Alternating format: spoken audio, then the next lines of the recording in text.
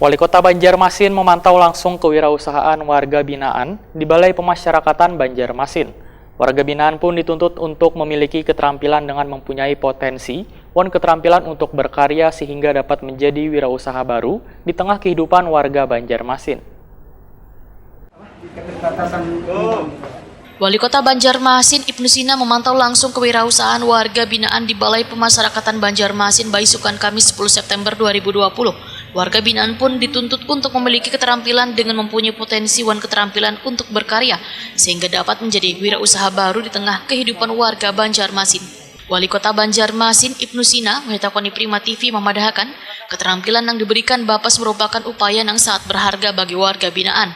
Karena potensi warga binaan yang memiliki keterampilan harus dikembangkan agar memiliki daya saing, apalagi pada masa situasi sulit imbas dari penyebaran virus corona. Di wayah ini ujar Ibnu Sina mencari pekerjaan sangatlah sulit, bahkan yang bekerja pun banyak mengalami PHK akibat pandemi virus yang mematikan ini.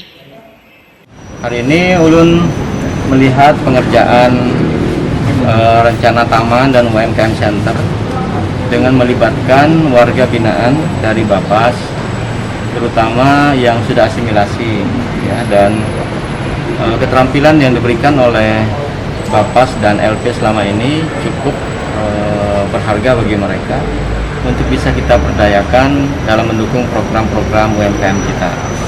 Nah, diantaranya adalah ketika kita ingin menyelesaikan UMKM Center, pembuatan taman dan lain sebagainya dari bahan limbah. Nah, kawan-kawan ini punya keterampilan itu dan punya kemauan, itu yang paling penting. Melalui Rumah Kreatif dan Pintar yang selama ini menjadi mitra bagi Bapas dan LP, dan kami berharap ini bisa menjadi salah satu upaya kita pemberdayaan masyarakat karena kawan-kawan ini juga adalah warga Banjarmasin. Ibnu Sina pun menegaskan pemerintah kota akan terus mendukung potensi yang dilakukan Balai Pemasyarakatan dan siap menampung di program wirausaha baru di Banjarmasin.